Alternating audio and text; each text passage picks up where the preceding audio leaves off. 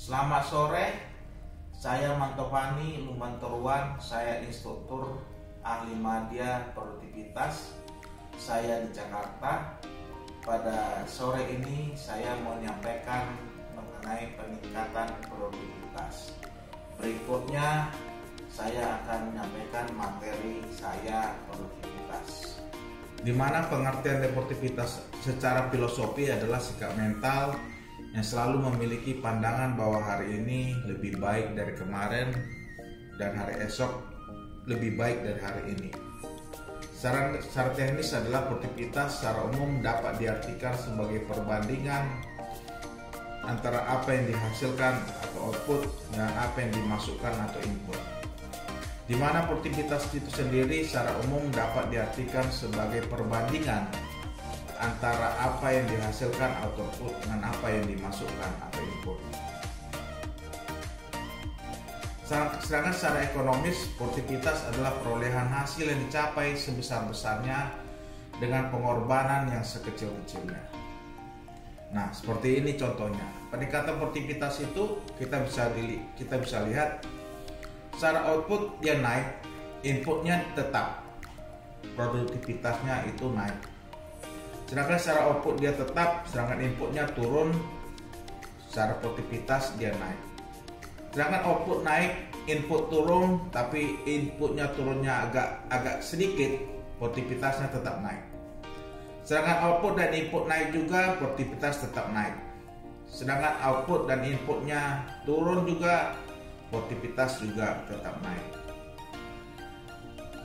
Nah, sedangkan ini adalah kurva produktivitas itu sendiri, di mana kalau kita mempelajari produktivitas itu harus dimulai dari dasarnya, fondasinya.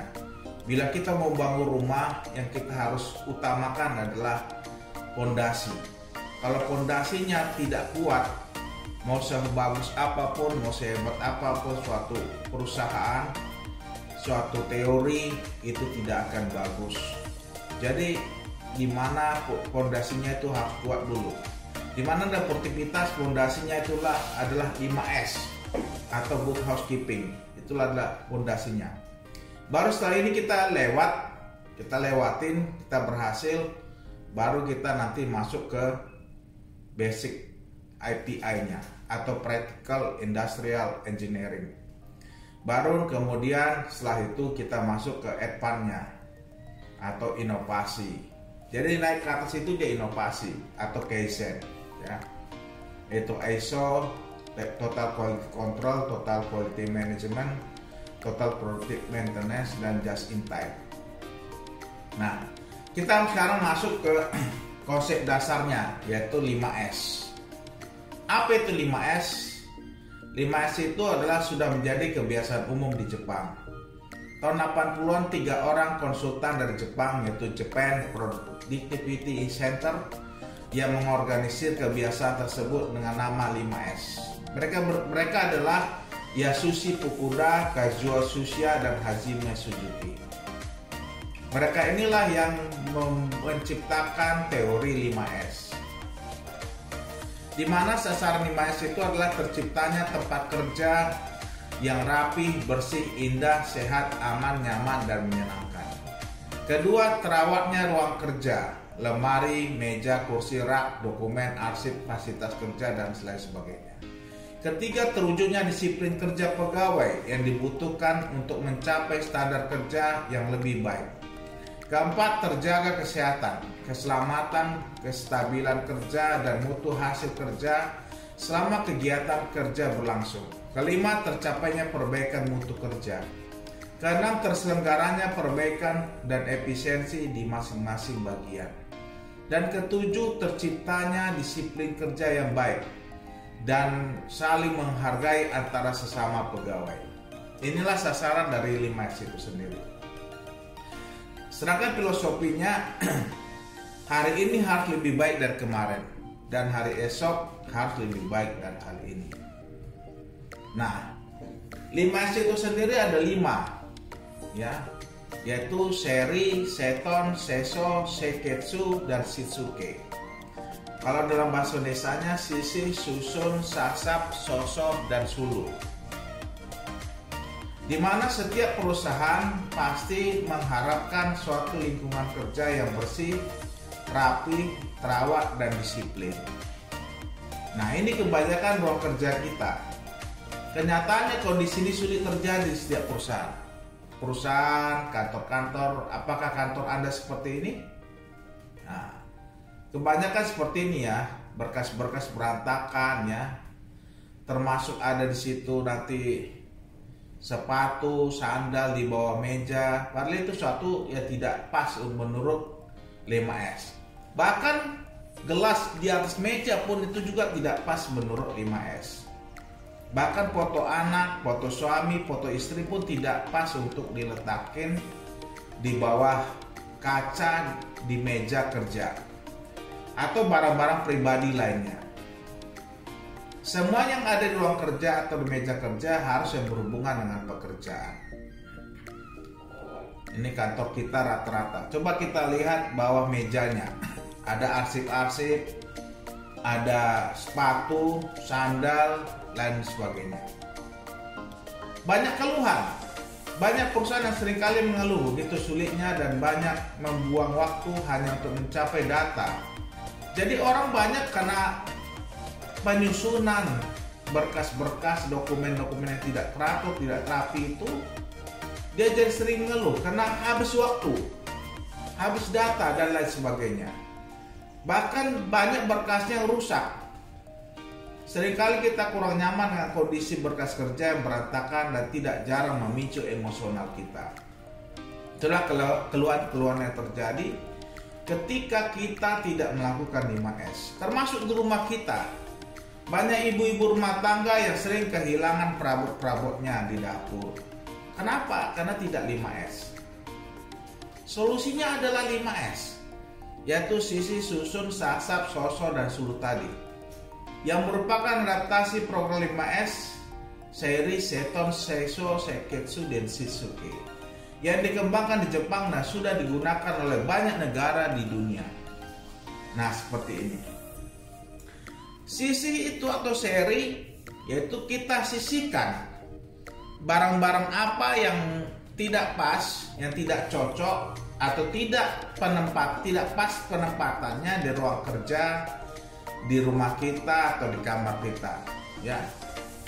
Jadi yang tinggal di ruang kerja, di meja kerja dan di kamar kita itu hanya barang-barang yang benar-benar berhubungan dengan pekerjaan, benar-benar yang sangat-sangat kita butuhkan. Nah, seperti ini. Jadi barang-barang tidak dibutuhkan itu kita sisihkan dari meja kerja kita, dari ruang kerja kita sisihkan. Ada dua barang yang tidak dibutuhkan. Pertama, barang itu saat ini tidak dibutuhkan, tapi suatu saat dia dibutuhkan. Barang seperti ini kita letakkan di dalam gudang. Yang kedua, barang itu memang sama sekali tidak dibutuhkan lagi, yaitu kita tempatkan di tempat sampah atau kita jual. Sehingga kita bisa melihat di sini, ya, kita bisa melihat sini barang-barang yang tertinggal di sini adalah hanya barang-barang yang dibutuhkan saja, ya. Nah, kemudian barang yang tinggal yang dibutuhkan itu kita rapikan atau kita susun, ya, sehingga tidak ada perkakas atau tools yang tidak terpakai dan berserakan. Nah, seperti ini. Jadi kelihatan rapi ini kan, ya, ini kelihatan rapi. Jadi kalau ada orang mau ngambil tools-tools ini, bisa dengan gampang ketahuan. Dan setiap yang ngambil tools-tools ini harus meletakkan ID card-nya atau meletakkan kertas di sini, memberitahu siapa yang ngambil barang ini, kapan diambil dan kapan dikembalikan, ya. Nah, seperti ini juga laci meja kita, ya, rapi sekali, sehingga barang kita tidak kesulitan ketika mencari barang. Baik ketika kita mencari arsip, dokumen di tempat-tempat pengarsipan, tidak menghabiskan waktu, tidak menghabiskan listrik juga, ya. Nah, seperti ini. Ini laci meja. Yang sebelah kiri itu masih agak kurang teratur, ya, masih ada plastik di sana. Sedangkan sebelah kanannya sudah lebih teratur.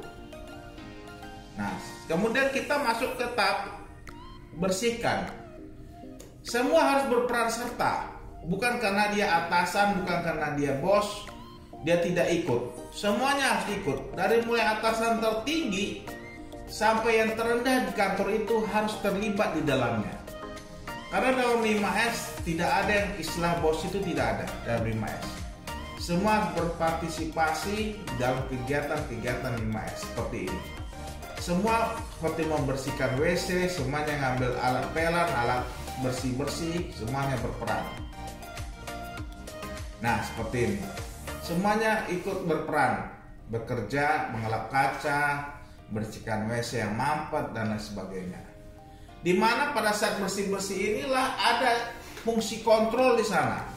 Sekalian kita memeriksa apakah ada di mesin ini, apakah ada di sini tadi, atau di sini tadi. Yang harus perlu diperbaiki saat itu juga, ya. Fungsi kontrolnya ada. Jadi tidak hanya sekedar bersih-bersih, tapi sekalian kita periksa apakah di kabel-kabelnya ini ada kabelnya sudah sobek atau bautnya sudah mau lepas. Itu harus segera kita perbaiki.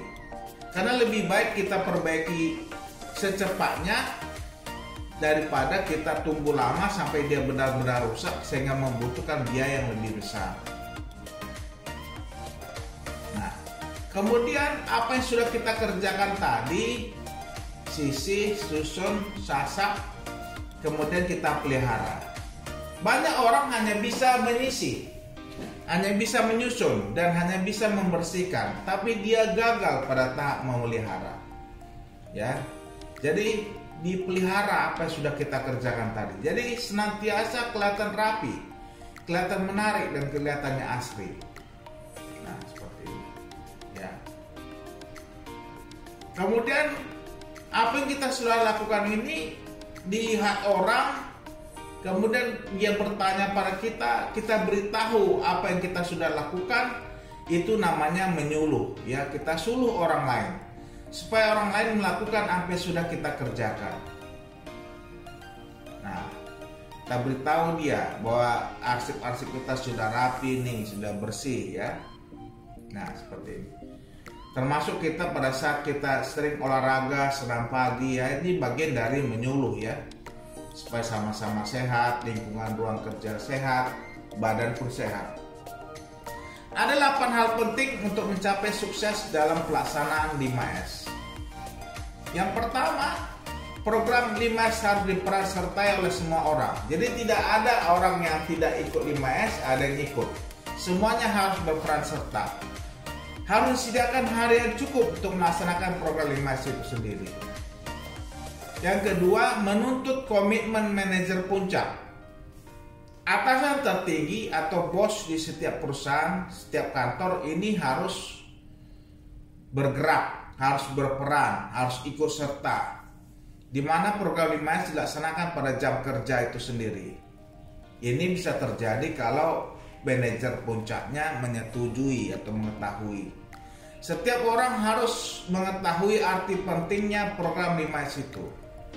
Ketiga, manajemen harus membuat progress report. Kemudian manajer harus menjadi pimpinan pelaksana program, ya. Karena tidak mungkin seorang bawahan yang melaksanakan pimpinan ini, bagaimana dia bisa mengatur atasannya?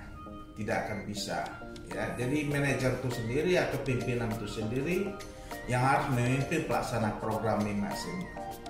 Manajemen harus intent terhadap program 5S. Manajemen tidak boleh melimpahkan tanggung jawabnya kepada orang lain. Manajemen harus mempraktekkan kepemimpinannya dalam komisi pengarah. Keempat, program 5S harus didukung oleh semua pihak. Semua harus mendukung program ini, di mana progress report pelaksanaan 5S di organisasi harus dilaporkan pada semua pihak. Kedua, setiap anggota komisi harus mendorong dan membimbing bawahannya. Kelima, program 5S harus dapat mandiri. Harus ada spanduk-spanduk, slogan-slogan, poster, surat-surat. Harus menarik perhatian. Buku panduan program 5S harus disebarkan pada semua pihak. Jadi semuanya tahu.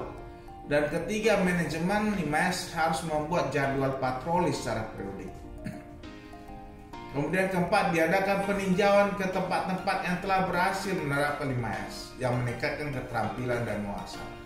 Sehingga ketika kita meninjau tempat-tempat yang berhasil itu, ada semacam motivasi, ada semacam semangat kita ketika melihat ada tempat lain yang sudah berhasil menunjukkan keberhasilannya melaksanakan 5S itu di tempatnya.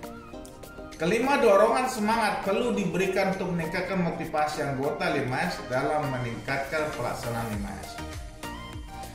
Dan perlu diadakan kompetisi 5S antar unit. 6.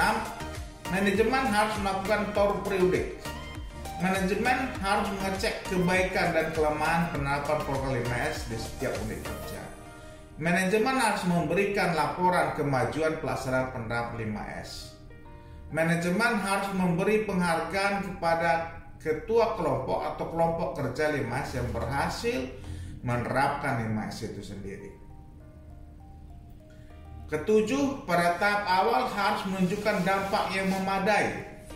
Pertama, penerapan yang lambat dari hal keputusan komisi pengarah harus dihindarkan. Jadi jangan ada penerapan-penerapan yang terlambat ya. Kemudian kedua, pemberitahuan pembuangan sisi harus diterapkan sampai waktu tertentu sebelum dilanjutkan ke tahap susun atau S2. Dan ke-8, pelaksanaan 5S harus sejalan dengan Kaizen lainnya, di mana pada tahap susun memerlukan prinsip dan kemahiran Kaizen melalui latihan. Susun memerlukan pendekatan yang menguraikan masalah yang ada sejelas-jelasnya. Susun memerlukan ide-ide kreatif. Keempat, penerapan 5S yang sukses merupakan langkah yang perlu diambil sebelum perusahaan tersebut melaksanakan tahap penerapan berikutnya seperti total quality management. Jadi sampai disitulah materi saya mengenai produktivitas dan 5S, di mana inti dari 5S itu adalah pertama, ketika kita melakukan 5S itu secara rutin terus menerus, secara disiplin, apa manfaat yang kita dapatkan? Yang pertama adalah kita jadi mampu dalam gerakan-gerakan kita setiap hari menyisihkan semua hal-hal yang negatif dalam pikiran kita, dalam hati kita, dalam ucapan kita. Sehingga yang ada dalam pikiran, hati, dan ucapan adalah hal-hal yang positif. Yang kedua, kita mampu menyusun apa yang menjadi skala prioritas kita dalam hidup kita. Banyak orang mampu membuat rencana-rencana bagus, banyak orang mampu buat program-program bagus. Tapi ketika dia mau melakukan, mana awal yang harus dilakukan, mana program yang harus dilakukan pertama, dia bingung sendiri. Sehingga ketika dia sudah rutin melakukan 5S ini dalam hidupnya, nanti akan berubah dirinya, dia jadi mampu mana harus saya lakukan yang terpenting dalam hidup saya. Yang ketiga, dia bisa mampu membersihkan pikirannya, hatinya, dan ucapannya. Sehingga selalu dia ucapkan, selalu dia pikirkan, dan selalu ada dalam hatinya adalah hal-hal yang bersih. Dan keempat, dia mampu memelihara semuanya, apapun yang baik-baik dalam hidupnya, apapun yang positif dalam hidupnya. Dan kelima, setiap apa yang sudah dia lakukan tadi, dia mampu jadi panutan, jadi contoh bagi banyak orang.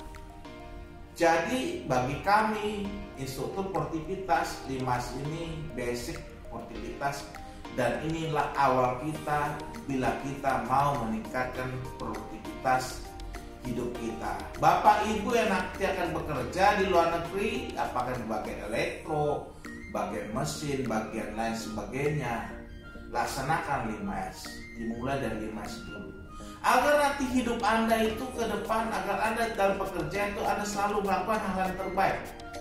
Anda harus melakukan yang terbaik, berkualitas ya.